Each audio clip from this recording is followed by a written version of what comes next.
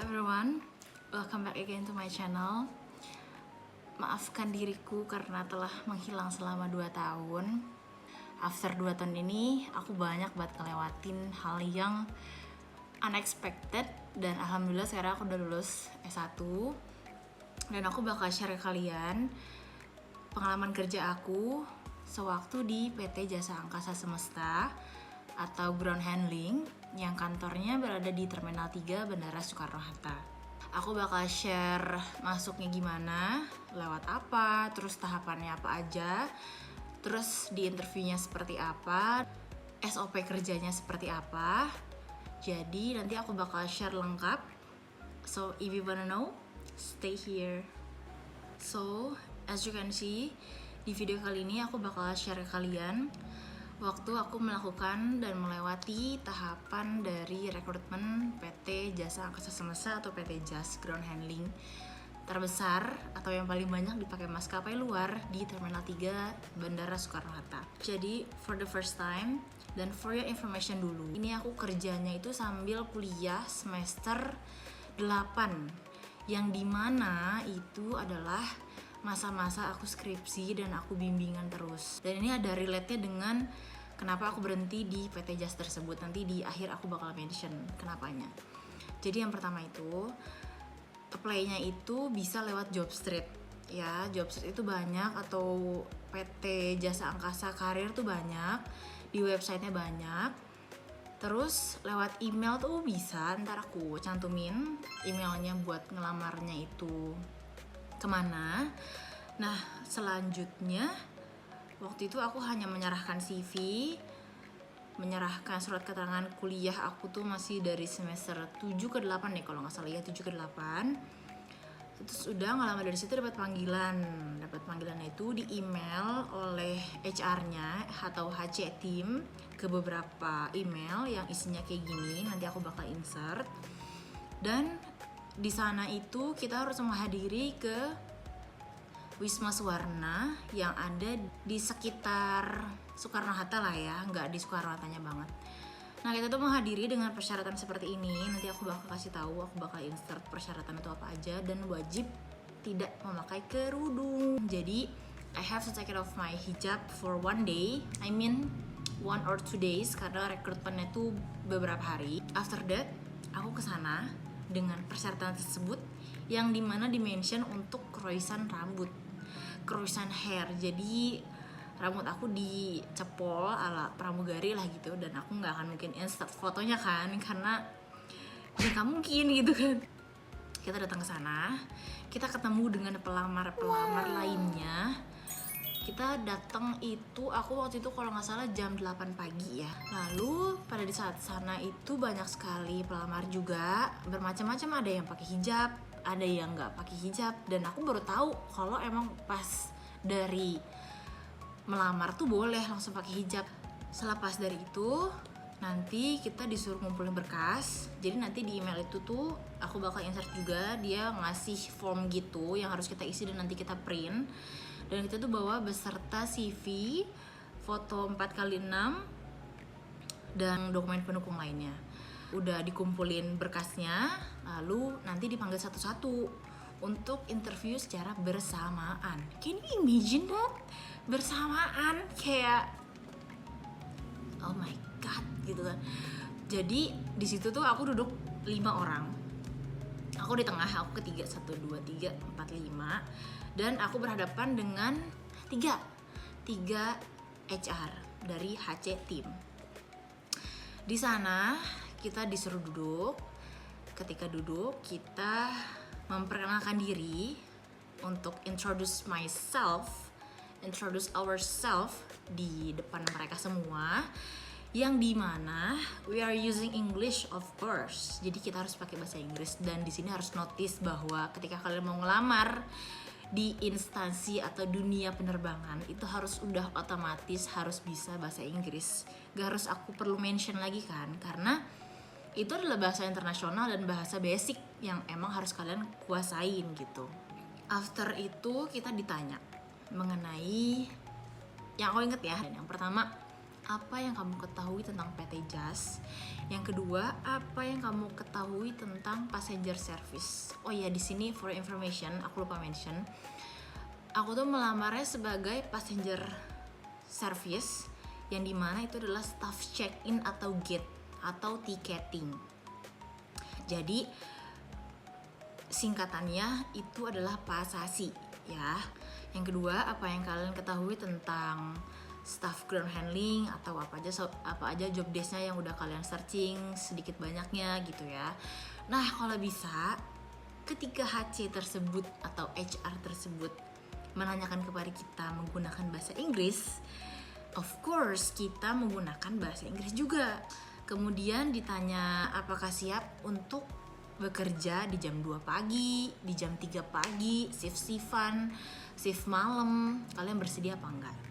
Setelah itu kita udah beres, akhirnya kita disuruh keluar. Nggak lama-lama sih, karena kan di situ kandidatnya banyak ya, around 100 sampai 130-an gitu. Abis itu aku lolos, aku lanjut dan aku masuk ke dalam lagi, tapi ini one by one, satu-satu, yang dimana dijelaskan bahwa nanti tuh proses detailnya tuh seperti ini loh.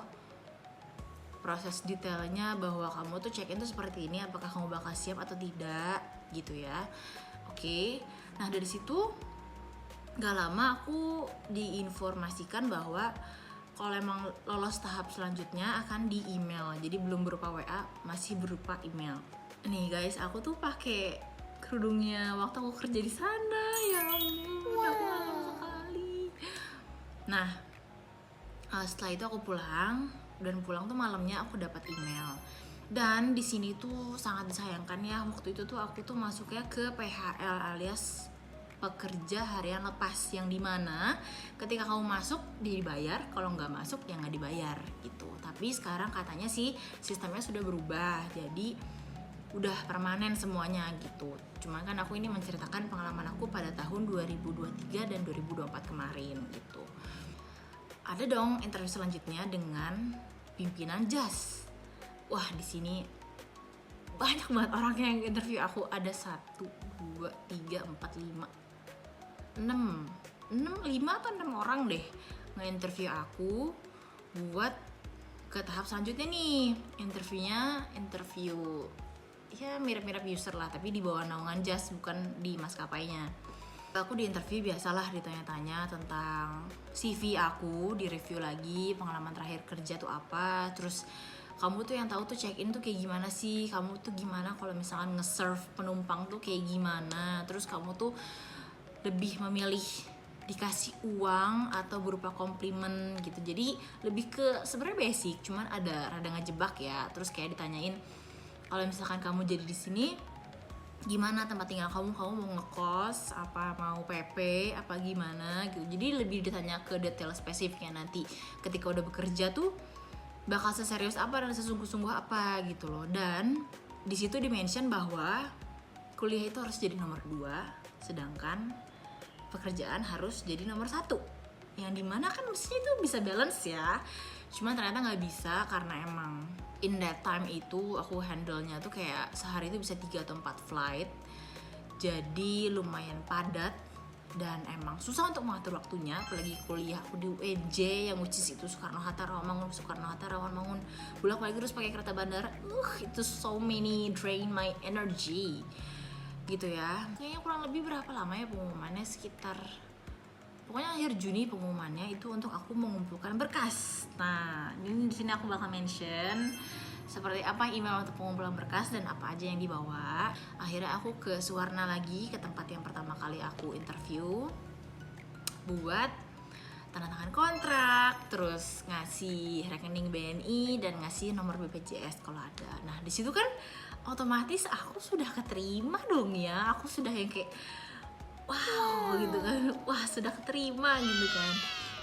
Alhamdulillah aku senang banget gitu. Nah, cuman di sini emang ada PR-nya juga sih, karena aku harus mengatur jadwalku antara jadwal kerja dan jadwal bimbingan tuh gimana gitu loh, bentrok terus ya kan.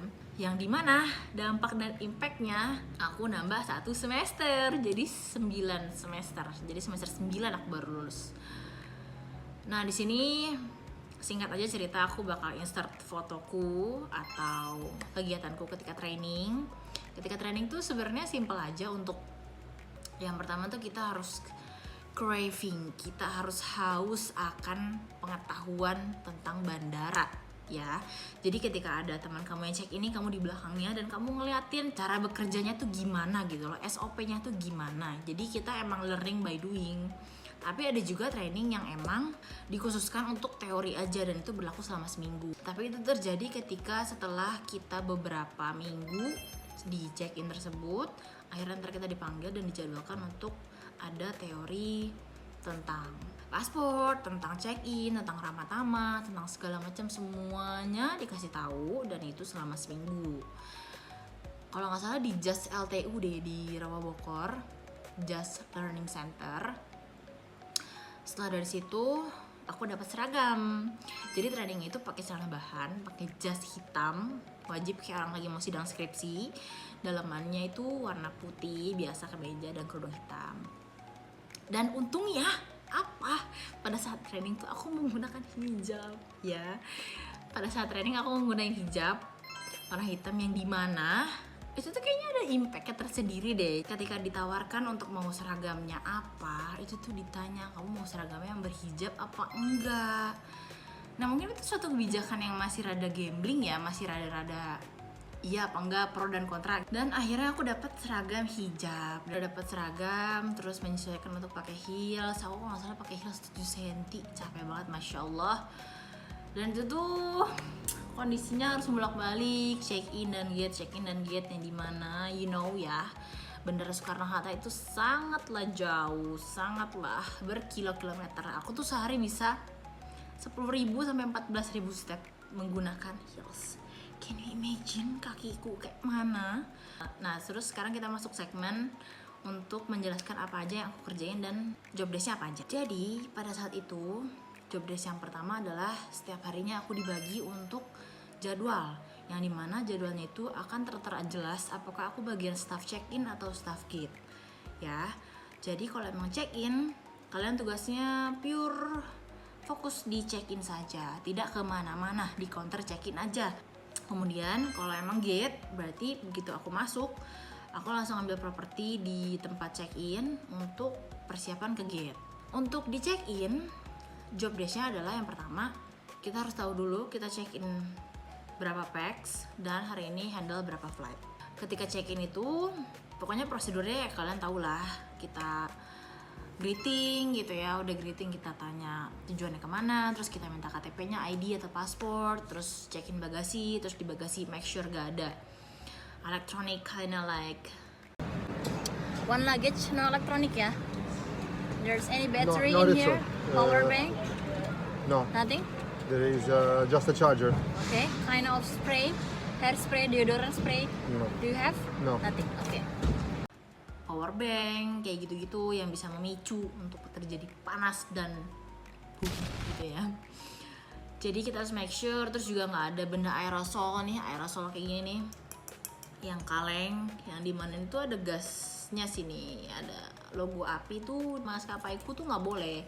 Terus kita education bahwa kalau misalkan ada cowok sendiri dan dia cukup gede dan tinggi badannya, apakah mau di emergency seat apa gimana? Your seat wanna be in emergency or regular seat?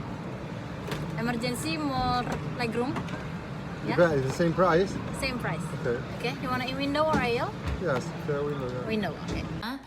Karena kalau emergency kan lebih luas legroomnya. Karena itu kan pintu darurat yang dimana ketika duduk di situ kalian harus bersedia membukanya gitu. Terus juga ketika check-in tuh ada aja penumpang yang request untuk entah di aisle, entah di jendela. Jadi kita jangan lupa untuk cek apakah kursi tersebut tersedia apa enggak. Terus untuk bayi, untuk infant itu nggak boleh yang di satu row bersamaan karena oksigennya terbatas. Jadi harus pisah depan sama belakang. Terus untuk yang dengan anak kecil atau ibu hamil atau yang prioritas itu biasain untuk ditempatkan di seat depan. Selanjutnya udah check-in, udah beres, kita label bagasi, terus kasih boarding pass-nya, dan untuk tugas check-in selesai di situ. Kemudian untuk staff gate, jadi pokoknya ada peralatan khusus buat di gate, kayak peralatan alat tulisnya gitu segala macam. Jadi sebenarnya krusial banget sih kerja di bandara itu, karena kita bermain waktu banget, main timing banget, karena nggak semua seenaknya kita. Jadi bahkan parkir pesawat pun ada waktunya, kita masuk dan boarding pun ada waktunya, kita mundur dan lepas dari Garbarata dan pesawat itu tuh ada waktunya. Jadi krusial banget. Jadi kemana-mana tuh kalian harus pakai jam banget. Kalau nggak pakai jam tuh kayak wah chaos banget, dan kemana-mana harus bawa pulpen. Harus aware bahwa waktu udah jam segini nih kita harus ini, menit ke segini kita harus pesawat tuh harus mundur gini. Itu ya, segitu gambarannya. Dan sekarang we're talking about the benefit and gajinya. Pokoknya UMR tapi ada tunjangan lainnya. Yang pertama itu ada meal duty, lembur, overtime. Overtime itu dihitung waktu itu pokoknya per jam. Nanti kalian tinggal input di komputernya JAS, yaitu ada di RR alias restroom yang ada di bawah dekat Circle K. Di situ nanti kalian input berapa jamnya untuk lembur dan apa alasannya, kayak misalkan flightnya delay. Terus ada public holiday. Public holiday ini lumayan gede karena satu hari itu full 9 jam kerja itu seingat aku dihargain sekitar 452.000 kalau nggak salah ya, in that time. Cemil. Kalau public holiday yaitu tanggal merah. Kalau tanggal merah masuk, makanya itu pasti pada seneng karena gajinya pasti bakal gede. Apalagi misalkan sebulan itu ada beberapa tanggal merah gitu, ya udah tinggal kaliin aja gitu. Terus ada BPJS, of course, ada BPJS JKK, jaminan keselamatan kerja. Terus buat yang kesehatan itu ada. Terus bagi yang cewek nih ada jemputan shift malam, khusus shift malam. Kayak misal aku dapat shift jam 3 pagi atau jam 1 pagi. Tapi ini tuh berlaku dari jam 11 malam sampai jam 4 pagi. Kalau aku biasanya nggak pakai jemputan, itu pakai shuttle, yaitu dari TOD kita naik shuttle. Itu bayar 5.000 atau ada yang gratis langsung nyampe ke Terminal 3. Dan I'm happy to join in bandara. Tapi di sini akhirnya kita memasuki segmen terakhir, yaitu mengapa saya resign. Sebenarnya sih nggak mau ya, cuman karena pada saat itu aku dihadapin dengan dua pilihan. Dua pilihannya itu mau lulus S1 apa mau tetap kerja di situ. Tapi karena pada saat itu aku mempunyai mindset bahwa bisa dapat kerjaan kapanpun dan dimanapun dan mungkin lebih baik. Sedangkan kan kalau kuliah nggak bisa diulang lagi ya. Kuliah itu ya udah, kalau emang waktunya udah lulus, udah 4 tahun ya udah lulus gitu loh. Kamu harus memperjuangkan itu gitu. Akhirnya aku memutuskan untuk resign dan memilih untuk melanjutkan bimbingan dan sidang. Ya, sampai dimana akhirnya aku lulus, aku sidang ya. Jadi I guess that's it. Kalau kalian mau nanya-nanya lagi tentang bandara atau tentang PT JAS atau tentang ground handling yang ada di T3, it's okay and feel free to DM me in Instagram. Tapi nggak nyepam ya. Maksudku kalau udah ngirim satu ya udah satu aja, tunggu aku bales, okay? So I guess that's it for today, and maybe for the next video aku bakal bikin video tentang how do I share my time antara kerja full time dan kuliah full time dan negeri. Gimana cara aku baginya? I'm gonna show you dan I'm gonna update kuliah di UNJ itu gimana susahnya. Oke? Thank you buat semuanya yang udah dengerin sampai akhir. Semoga ini bermanfaat and I will see you again. Bye.